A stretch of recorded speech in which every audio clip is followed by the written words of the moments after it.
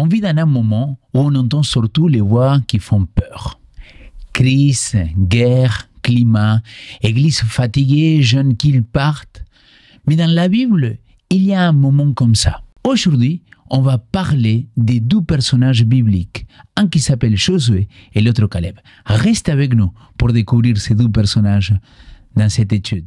Bienvenue à cette nouvelle émission de 3DS. Aujourd'hui, nous sommes à la leçon numéro 8. Deux géants de la foi, Josué et Caleb. Et toujours dans le même thème, dans la même leçon, la foi tirée du livre de Josué. Cette semaine, la leçon, il nous donne pas mal de liens avec notre réalité d'aujourd'hui. Et pour étudier cette leçon-là, je suis avec Mathieu et Suzanne.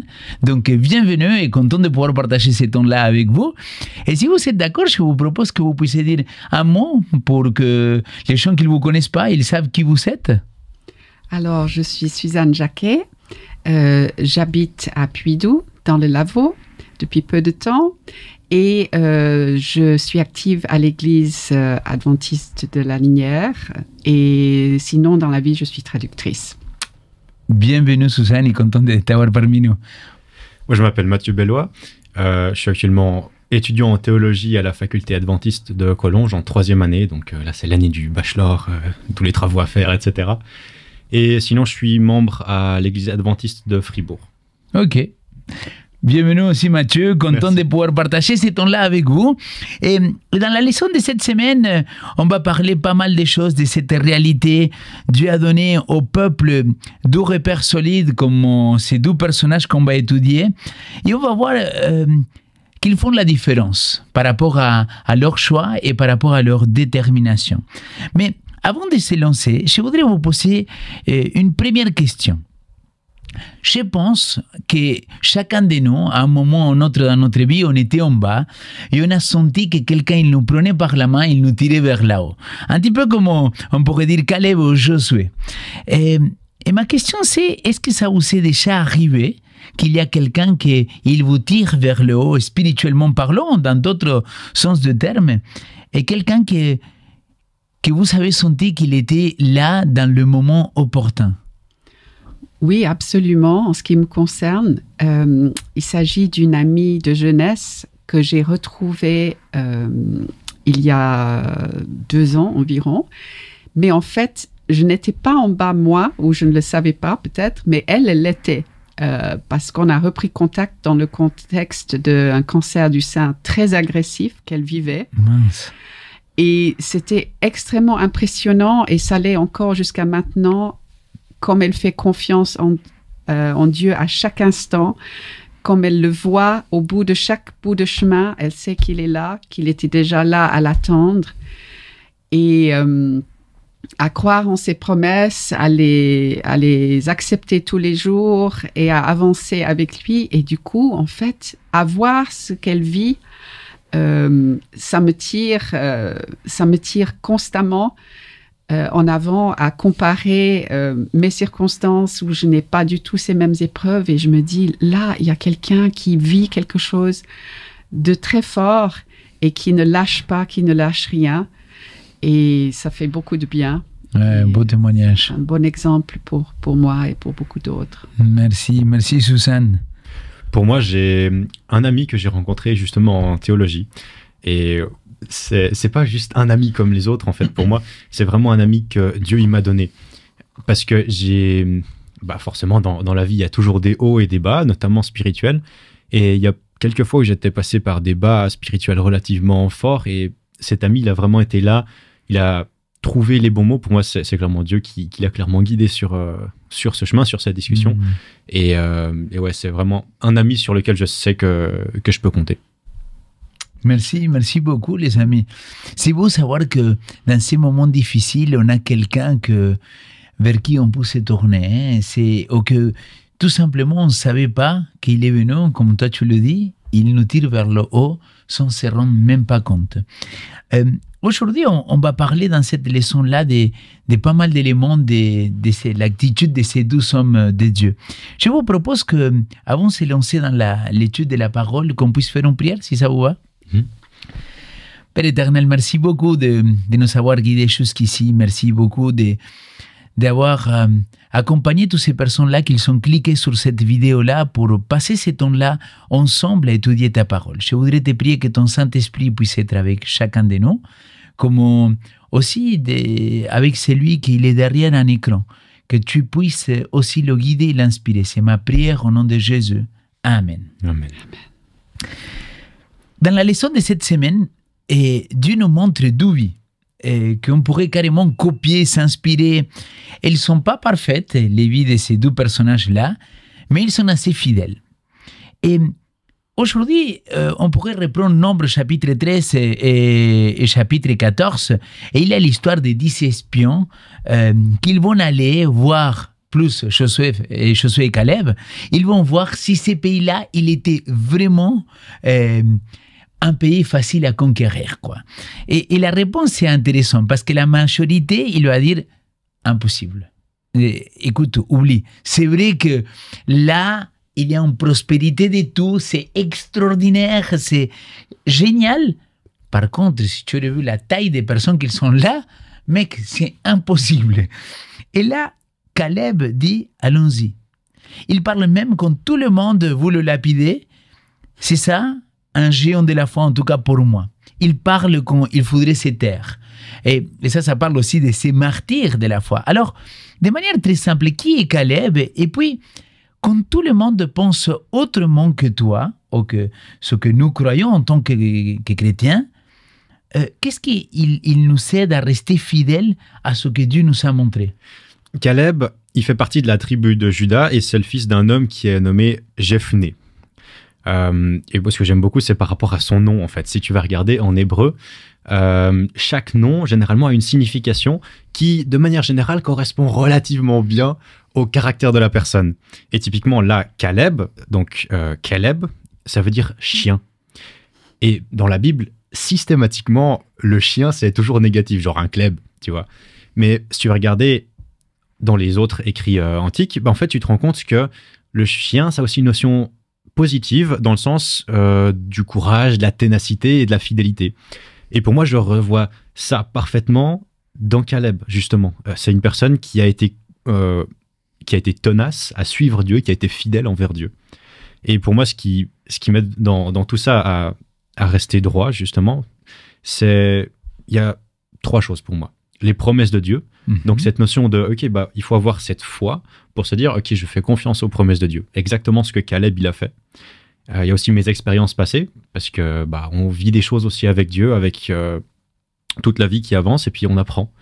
Et finalement, la Bible. Parce que, ne serait-ce que là, dans ce qu'on étudie, on se rend compte qu'il y a 10 personnes qui arrivent à décourager tout un peuple, mais Caleb et Josué, ils sont là, et ils suivent pleinement la voie de l'Éternel. Et pour moi, c'est un exemple génial de la confiance en Dieu, mais d'une confiance absolue en Dieu, malgré la pression. Excellent, ouais, tout à fait. Et toi, Suzanne, comment tu le vois? Oui, alors, moi, je pense que c'est un peu comme tu disais, déjà, se souvenir de tout ce qu'il a fait et montré dans le passé. C'est que on a la mémoire très courte pour plein de choses. J'ai une expérience récemment où Dieu avait pris environ 2 ans pour répondre à une prière pour quelque chose qui semblait très importante, et il a mis 2 ans et la réponse était bien meilleure que tout ce qu'on aurait pu imaginer. Et ça n'a pas empêché que quand la prochaine situation s'est présentée, voilà, oh mais c'est long, mais qu'est-ce qui se passe, etc. Et là, vraiment se souvenir et également profiter des exemples bibliques, comme tu disais, par rapport à la Bible. Et je pense souvent à cette histoire d'Élisée avec son serviteur, quand il y avait des armées qui venaient l'attaquer parce qu'Élisée avait fait des choses qui ne leur convenaient pas. Le serviteur avait la trouille, mais Élisée a prié pour que ses yeux soient ouverts, pour qu'il voie ce que lui voyait. Et donc, souvent, j'essaie de faire cette prière-là, pas d'ouvrir les yeux des autres, mais d'ouvrir les miens pour que je voie les anges qui sont là et toute la protection qui est là et toutes les promesses qui sont là et que j'oublie. Amen. Et de là, peut-être, les amis, l'importance d'avoir une véritable relation avec Dieu avant le conflit. Parce que quand tu as une véritable relation avec Dieu avant que le conflit, le problème, la difficulté arrive, tu peux te dire, attends, je l'ai déjà vu agir, je suis serein pour la suite. Et donc, c'est comme si Caleb et Josué, c'est les seuls qui se rappellent, il dit, les gars, on parle de conquérir alors qu'on est sorti de la nation la plus forte de l'époque. Dieu nous a livrés de l'Égypte, nous a fait traverser la mer Rouge, et là, vous remettez en question si Dieu il est capable de nous donner la victoire. C'est la folie, quoi. Donc, pour moi, je vous remercie beaucoup, mais ça me fait penser à cette notion-là que oui, on peut rester fidèle malgré l'opinion des autres, justement, qu'on arrive à se rendre compte à quel point Dieu il a toujours été fidèle et il restera fidèle. Et parfois, il peut prendre plus de temps. Donc là, c'était 12 ans. Pour eux, ça va être un peu plus. Mais c'est super intéressant. Les amis, si on avance un petit peu dans la leçon, Mathieu, je vais te demander peut-être de nous lire ces passages-là, qu'ils se trouvent en Josué chapitre 14, à partir de verset 9 jusqu'au 13. Ce jour-là, Moïse a fait ce serment. Sans faute, le pays que tes pieds ont foulé sera ton patrimoine et celui de tes fils pour toujours, parce que tu as rempli tes obligations envers le Seigneur, mon Dieu. Le Seigneur m'a fait vivre comme il l'avait dit. Voici maintenant 45 ans que le Seigneur a dit cette parole à Moïse, lorsque Israël marchait dans le désert. J'ai aujourd'hui 85 ans. Je suis encore vigoureux comme au jour où Moïse m'a envoyé. J'ai autant de force maintenant que j'en avais alors pour le combat, pour partir en campagne et en revenir. Maintenant, donne-moi cette montagne dont le Seigneur a parlé ce jour-là, car tu as appris ce jour-là qu'il y a des Anakites et des grandes villes fortifiées. Que le Seigneur soit seulement avec moi et je les déposséderai comme le Seigneur l'a dit. Josué le bénit, il donna Hébron pour patrimoine à Caleb, fils de Jephuné. Merci beaucoup. Alors, c'est très intéressant parce que là, le texte que tu viens de nous lire, il parle 45 ans plus tard. Tu vois, là, c'était pas 12 années d'attente, c'était 45 ans plus tard que Caleb, il va réclamer cette promesse-là. Et la deuxième chose, il n'a pas oublié, mine de rien. Hein? Ouais. Parce que 45 années après, tu te dis, ok, c'est pas grave, maintenant je suis vieux, quoi. Il pouvait avoir toutes les excuses. Mais il revient et il dit à Josué, donne-moi la région montagneuse. C'est-à-dire, à mon avis, et bon, depuis tous les historiens, la partie la plus compliquée. Quand ça s'agissait des conquêtes, et aller vers la montagne, c'était toujours la partie difficile à conquérir, parce que c'était pas dans le plat, parce que c'est en montant, parce qu'on pouvait se recevoir tout ce qu'on nous jetait depuis là-haut. Donc, ma question, il va aller à 85 ans, il ne demande pas la retraite, mais plutôt, il demande encore un défi. La question, c'est pourquoi? D'où il vient cette folie-là? Oui. Alors, je pense déjà parce qu'il aime les défis. Manifestement, c'est quelqu'un qui aime l'action, qui aime les défis, qui n'est pas du tout à se dire « je me repose sur mes lauriers et puis je laisse les jeunes travailler maintenant ». Et aussi parce qu'il aime dire les choses telles qu'elles sont, donc il prend Dieu au mot. Il a pris Dieu au mot 45 ans avant. Tout à fait. Et là, il le prend encore au mot et au geste, c'est-à-dire que si Dieu lui a donné encore cette force, il dit « je suis encore aussi vigoureux », il se dit « si Dieu m'a donné encore ça, ben c'est que sa promesse, elle est tout aussi valable. Et donc, je vais poursuivre comme si les années n'avaient pas passé. » Et je trouve ça vraiment magnifique parce que souvent, on aurait tendance à dire « oui, tout est relatif et puis il faut ajuster à nos forces, etc. » Mais là, ce n'est pas ses propres forces. Il est clair. Il est persuadé que c'est parce que Dieu était avec eux qu'ils ont pu faire les premiers pas dans la conquête. Et là, donc, je peux m'attaquer à quelque chose de difficile. Il le sera encore. Pour moi, on dit souvent que le cerveau, il est comme un muscle et qu'il faut constamment l'entraîner pour éviter qu'il se ramollisse, etc. Et en fait, pour moi, là, c'est exactement la même chose avec la foi. En fait, on voit que Caleb, comme tu l'as dit, il a ce truc, il a la niaque, il a cette passion pour Dieu. Et c'est quelque chose qu'il a eu pendant toute sa vie. Donc, pendant ses 85 ans de vie, il l'a eu. Et en fait, quand tu as une passion, tu peux pas juste la lâcher du jour au lendemain. Il veut continuer avec, tu vois. Et pour moi, on le voit parfaitement avec la répétition. Justement, dans le chapitre 14, dans Josué, les versets 8, les versets 9 et les versets 14, il y a 3 fois une répétition où il dit de Caleb que il a ou j'ai pleinement suivi la voie de l'Éternel, mon Dieu, ou le Dieu d'Israël. Et pour moi, c'est si tu vis toute ta vie de cette manière-là, en t'appuyant complètement sur Dieu, en suivant pleinement la voie de l'Éternel, et ben en fait, t'arrives à un moment dans ta vie où tu peux pas te passer de Dieu. C'est juste pas possible parce que t'as tout fait avec lui, que si tu l'enlèves, c'est pas possible en fait. Oui, oui. Et puis juste encore, j'aimerais mentionner le dernier verset de ce chapitre parce qu'on s'est arrêté au 14 et c'est normal. Mais le 15, comme conséquence de tout ça, le pays a eu un temps de répit de la guerre. Donc on voit que c'était vraiment cette parenthèse très longue et très conflictuelle pouvait se refermer, y compris parce qu'il suivait. Il y a des traductions qui disent il a rempli ses obligations, mais ça c'est très, alors du coup, contractuel. Mais lui, c'est dans le contact, c'est suivre derrière. Chouraki donne cette traduction parce qu'il a suivi derrière. Et donc, il est vraiment... c'est cette manière de faire par la relation qu'il a maintenue avec Dieu tout du long qui permet à cette paix tout d'un coup de s'installer pour un bon bout de temps. Et je pense que tout le monde en a profité. Clairement. Moi, ce qui m'impressionne aussi, si je pourrais aussi participer un petit peu à cette discussion-là, c'est cette notion-là de dire la vieillesse, ça n'a rien à voir avec simplement le physique. Parce qu'on peut être très jeune et avoir un état d'esprit de vieux, et on peut être vieux et avoir un état d'esprit d'un jeune. Et je pense qu'en Josué et en Caleb, je retrouve ça. C'est-à-dire, attends, mais l'âge, c'est pas grave. Les 45 ans qui se sont passés, je m'en fiche. Donne-moi, tu verras ce que je vais accomplir. Et c'est pour ça que je trouve que ce que vous avez dit, c'est tellement pertinent parce que il a prêché avec la puissance de l'exemple. Et ça m'amène à la quatrième question parce que c'est beau de voir Caleb qu'il ne veut pas s'arrêter. Sa fille qui s'appelle Aksa, puis Othoniel, marche dans la même dynamique. Demander, oser, prendre le pays. Et c'est une sorte de foi contagieuse.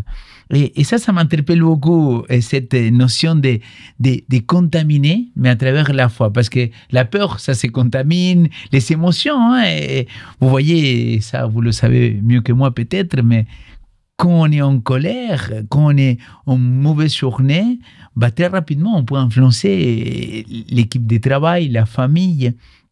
Mais est-ce que dans la foi, il n'y a pas quelque chose qui est semblable? Donc, la leçon, il dit clairement de transmettre le flambeau.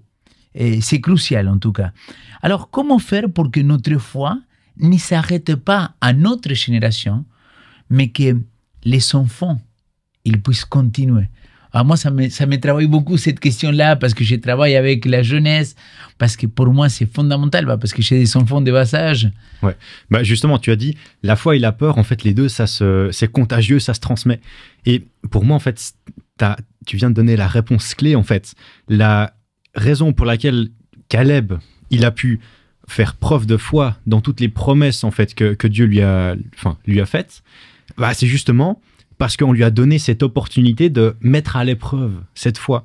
Il a été espion, c'est l'occasion parfaite pour se développer. Tu es dans un endroit que tu connais pas, avec des gens que tu connais pas et qui veulent te faire la peau, tu vois. Et pour aujourd'hui, c'est pareil.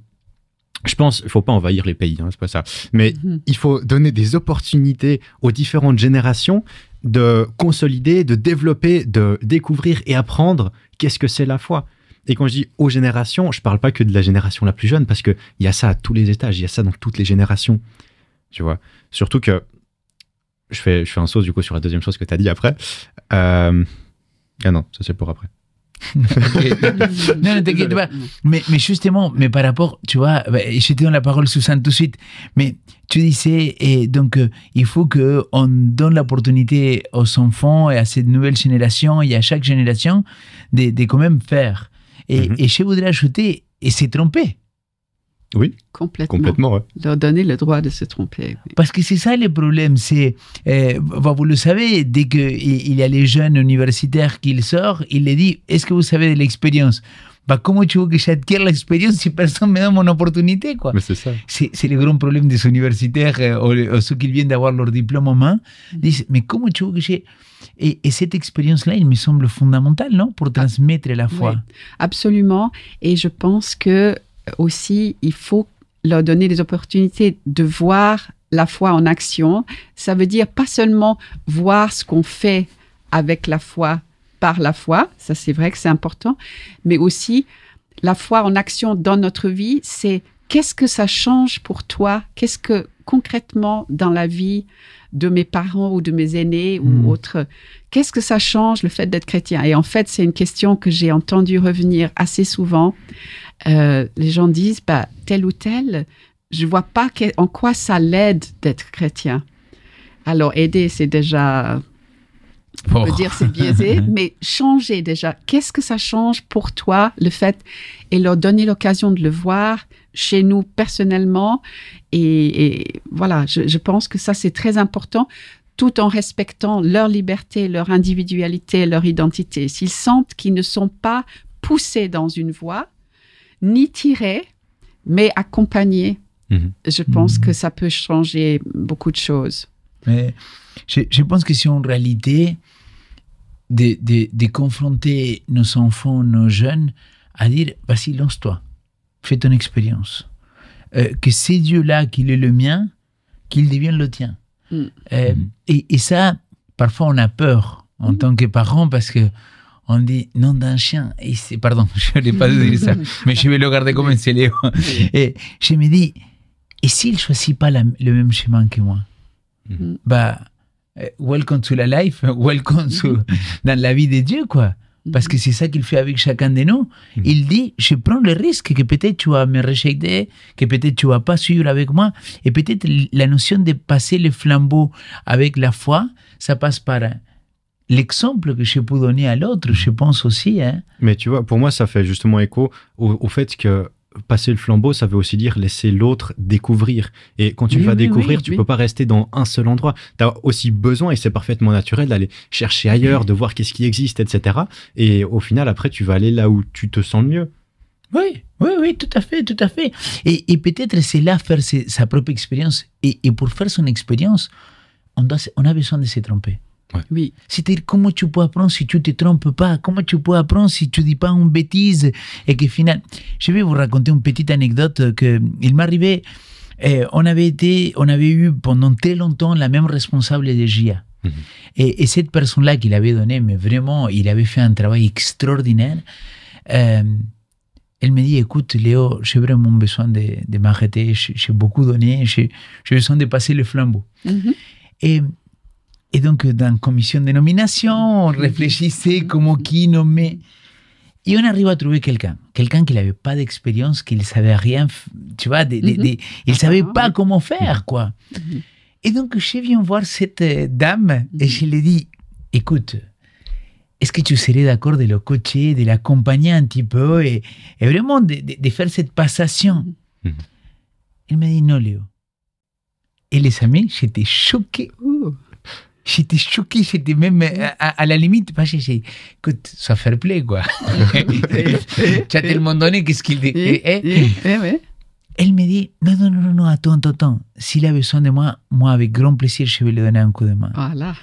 Il me dit, mais je ne veux pas le coacher ou lui dire comment il faut faire, parce que je vais le limiter dans toute la nouveauté qu'il pourrait amener. Wow. Léo, ça fait 20 ans que je m'occupe de ça. On a tout essayé. Il me dit, mais qui te dit que maintenant on essaye une nouvelle chose et maintenant ça fonctionne? Mais à mon époque, ça n'a pas fonctionné. Il dit, c'est ça que je ne veux pas le limiter. Et les amis, ça c'était un laïc, un pasteur, je me suis pris une claque parce que finalement, c'est ça, tu vois, la puissance de l'exemple. Pour moi, cette femme-là, il était en train de prêcher à travers l'exemple de dire que maintenant, il faut que je passe le flambeau, mais l'autre, il a le droit de faire comme il entend qu'il doit faire. Je pourrais l'accompagner s'il a besoin, mais je ne veux pas lui dire, fais ça, fais ceci, fais cela. Pas le diriger. Et ça, c'est fort, les amis. Ça, c'est vraiment lâcher prise pour moi, en tout cas. Magnifique. Je pense que ces hommes-là, ils sont prêchés avec leur exemple, et c'est comme ça qu'ils sont petit à petit accrochés et le reste de sa famille. Alors, si on avance un petit peu dans la leçon, on arrive à un détail qui est très fort dans la leçon de cette semaine. Caleb reçoit sa part en premier, Josué en dernier. Josué qu'il avait mené tout le monde, qu'il avait distribué les terres, attend que tout le monde ait reçu avant de prendre ce qu'il restait. On voit le vrai cœur d'un leader, je pense, ici. C'est-à-dire, il ne prend pas la meilleure part, c'est pas lui qui part se servir en première, mais il sert d'abord. Alors, je voudrais qu'on prenne un peu plus de temps dans cette dernière question parce qu'il me semble assez importante. Et qu'est-ce que aujourd'hui détermine l'attitude de Josué en tant que leader spirituel et comment aujourd'hui on pourrait les appliquer dans nos églises, avec nos anciens, avec nos responsables d'église, avec nos pasteurs, avec nos présidents, nos responsables des fédérations? Oui. Alors, je pense que il s'est même dit qu'il ne prend pas, d'abord, il ne prend pas sa part, les Israélites lui donnent. Donc, il n'est même pas, alors que Dieu lui avait donné le choix à la base, et après, il va choisir. Mais il n'est même pas dit, c'était le moment où il allait prendre sa part. C'est d'abord, les Israélites lui donnent. Donc, c'est vraiment cette attente, cette patience de dire que c'est pas ça l'essentiel. Donc, ça, je pense que c'est quelque chose que les membres d'une communauté de foi sont très attentifs quand même à comment se comporte leur leader dans ce sens-là. S'ils ont l'impression qu'ils tirent la couverture à eux ou pas. J'ai le souvenir de ma fille dans un camp où elle était avec juste une bête histoire de douche et où les leaders du camp s'imposaient pour prendre la douche d'abord. Ça a l'air bête, mais en fait, ça l'a marqué et pas dans le bon sens, malheureusement. Et je pense que là, voilà, Josué, il nous donne vraiment quelque chose, se dire, si on nous a donné des responsabilités et des devoirs et des joies de ministère et autres, ne donnons pas l'impression qu'on y est quand même pour nous-mêmes et que c'est notre confort, même pas avantage financier, mais juste confort ou envie personnelle qui prime sur les autres. Donc ça me paraît important. Et puis, juste encore par rapport à la ville, il a choisi cette ville qui était proche du tabernacle, donc une région difficile à cultiver, même à conquérir et à tenir. Mais il semblerait que ce n'est pas pour rien que dans cette région d'Éphraïm qu'il ait choisi d'être près du tabernacle.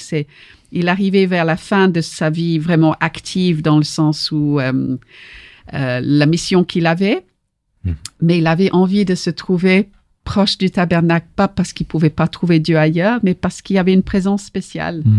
Et je trouve beau aussi de voir, et on le voit chez certains leaders maintenant aussi, quand le feu de leur ministère, le coup de feu, comme on dit, pendant quelques années est passé, mais on voit qu'ils peuvent continuer à être actifs, mais tu sens qu'ils ont envie toujours plus de se rapprocher de Dieu, de dire merci de ce que tu m'as donné, merci de ce que tu peux encore me permettre de vivre, mais j'ai besoin de prendre ce temps pour être près de toi. C'est très beau ce que tu viens de dire, merci Hugo. Moi, je vois tout ce que Josué il a fait. En fait, dis-toi que Josué, il était après Moïse. Moïse, entre guillemets, la personne qui a réussi à attirer tout un peuple en dehors d'Égypte. Et moi, j'imagine juste en mode, Moïse, il était là, beaucoup attirer le peuple, quand même, il faut dire ce qui est. Il est souvent devant en mode, allez, suivez-moi maintenant parce que ça suffit. Et là, on arrive à Josué, qui est une personne qui est complètement différente. Et ce que je trouve vraiment beau, c'est que entre les deux, on voit qu'il n'y a pas une bonne manière d'être un leader ou pas. Dans le sens où, pour être un bon leader, il n'y a pas nécessairement besoin d'être toujours sous le feu des projecteurs, de toujours tirer, etc. Josué, il avait plutôt le style de leadership d'être là et derrière, de pousser en mode « Ah mais vas-y, pousse, je vous pousse, allez-y ». Non pas qu'il il est peureux et puis que du coup il se met en arrière, mais dans le sens que il voit les forces des autres, il est en mode « Mais allez-y, foncez, allez-y, utilisez vos forces ». Et je pense que dans tout ça, il a appris à faire une confiance entière et incroyable en Dieu. Et je rejoins après ce que tu viens de dire, où après toute sa vie à la recherche, en train de ressentir aussi la présence de Dieu, eh ben, il n'en a pas assez. Il veut encore plus. Et il va rechercher ça en choisissant un terrain qui n'est pas évident. Pourquoi ? Parce qu'il y a le sanctuaire qui est pas loin. Et pour moi, je trouve que ça fait vraiment bien écho à la prière du psalmiste dans le psaume 27 au verset 4. J'aime beaucoup les psaumes. Oui. Le psaume 27 au verset 4, il va comme ça. Je demande à l'Éternel une chose que je désire ardemment. Je voudrais habiter toute ma vie dans la maison de l'Éternel pour contempler la magnificence de l'Éternel et pour admirer son temple. Amen. Et pour moi, c'est l'exemple, là, typiquement, Josué, il fait un exemple parfait de ça. Et pour moi, j'ai envie aussi d'être proche de Dieu, de pouvoir habiter littéralement avec lui. Et je me rends compte que c'est de nouveau quelque chose qui se transmet à nous, quelque chose qui est voilà. Clairement, moi, il me semble, pour ajouter aussi un petit peu à ce que vous avez parlé, qu'il y a un grand lien entre la question numéro 4 et la question numéro 5. C'est-à-dire, l'exemple que tu as donné, c'est ce qui doit faire de toi un leader ou pas. J'ai beaucoup de mal avec le leadership de quelqu'un qui me dit fais. J'ai beaucoup de mal, moi, Léo, tu vois. Ouais. Moi, dans mon leadership en tant que pasteur, c'est bien fait, mais on fait ensemble, quoi. Ouais. C'est-à-dire, je ne te laisse pas tout seul sur le terrain pour te dire, vas-y, débrouille-toi. Non, c'est-à-dire, moi, je pense que, mais en tout, et je pense que le vrai leader, il y a des fois que je me rends compte que il y a les membres de mes églises qui ne peuvent pas me laisser mentir, que c'est moi que je dois mettre les mains à la pâte et aller mettre une table, et qu'il y a d'autres fois que je prends des reculs et je dis, les amis, ok, là maintenant j'ai besoin de diriger, de me mettre devant pour dire, ok, toi tu fais ça, et on a besoin d'être un organisateur. Il y a des fois qu'on a besoin d'être un main d'œuvre, mais toujours dans la dynamique de service. Tu vois, c'est le leadership servant, quoi. Oui. Vraiment, c'est dire, je suis là pour servir. Et le fait qu'aujourd'hui, j'ai une responsabilité différente à la tienne ou à la tienne, ça ne fait pas de moi quelqu'un de plus important que toi. Mais ça ne fait pas de moi non plus quelqu'un de moins important parce que je te donne un autre rôle à faire. Oui. Vous voyez ce que je veux dire? Pour moi, c'est ça qu'il avait compris, Josué. C'est-à-dire, ok, on sait qui il est. Et on sait que lui, il va devant nous, c'est-à-dire qu'il va prendre aussi sa responsabilité quand on a besoin de faire face. Et c'est là où je trouve que l'exemple de Caleb et de Josué, il était très marquant pour notre vie, même jusqu'à aujourd'hui. Imaginez, des milliers d'années plus tard, on parle encore de ces deux personnages-là, comme ils ont marqué leur monde à leur époque, quoi. Oui, c'est ça. Oui. Mes amis, même si vous ne le croyez pas, on arrive bientôt à la fin de cette leçon. Et on est à la conclusion. Et avant de se quitter, qu'est-ce que vous pourriez retenir, retenir un petit peu de chacun dans une sorte de conclusion personnelle, si vous devriez l'expliquer d'une manière ou d'une autre? Qu'est-ce que vous retenez le plus de cette leçon-là? Pour moi, ce qui me saute vraiment aux yeux, c'est le fait qu'on peut avoir une foi mais totale dans les promesses de Dieu. Et que non seulement on peut avoir cette foi dans les promesses de Dieu, mais que aussi cette foi, on peut la transmettre autour de nous. Ok, merci beaucoup. Oui. Et toi, Suzanne? Merci, oui. Et alors, pour rejoindre encore ce que tu disais avant par rapport à ces deux leaders différents, mais ils étaient aussi très différents dans leur manière de justement agir par rapport aux promesses de Dieu. Qu'il y en a un Caleb qui a dit, bon, maintenant, je m'en souviens, maintenant, donne-le-moi, et l'autre qui a attendu pour choisir. Et je pense que on a chacun, bon, non pas qu'il était impatient, Caleb, parce qu'on a bien dit qu'il a 45 ans, mais malgré tout, vous avez des gens qui ont plus, justement, cet élan pour réclamer de Dieu ce qu'il leur a promis de manière insistante, de manière très forte, et d'autres qui vont plutôt dire, j'attends que je sens que c'est le moment où tu vas me dire, fais ton choix maintenant et rentre dans ce territoire que je te propose.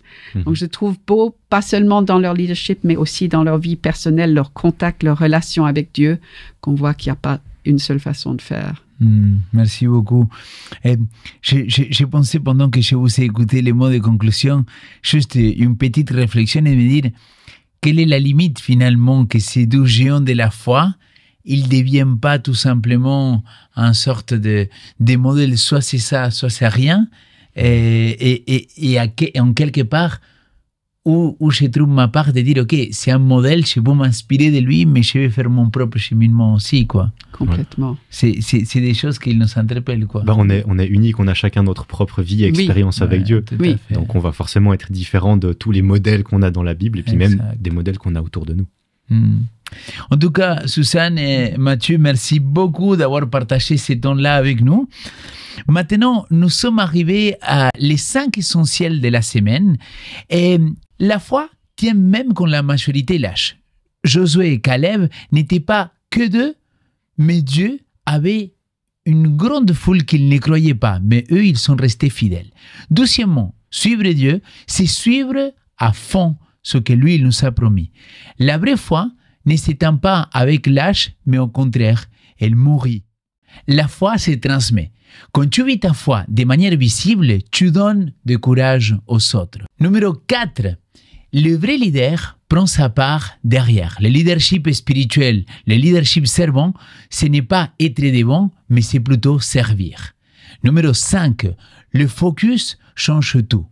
Les peurs grandissent quand tu les fixes. Mais quand toi tu te tournes et tu fixes Dieu, cette semaine nous montre que la foi, il peut dépasser même les montagnes. Les amis, merci beaucoup de nous avoir accompagnés. Et je vous dis merci à vous tous de l'autre côté. Je vous souhaite une très belle semaine, une très bonne étude. N'hésitez à partager, à liker cette vidéo. Je vous dis à très bientôt.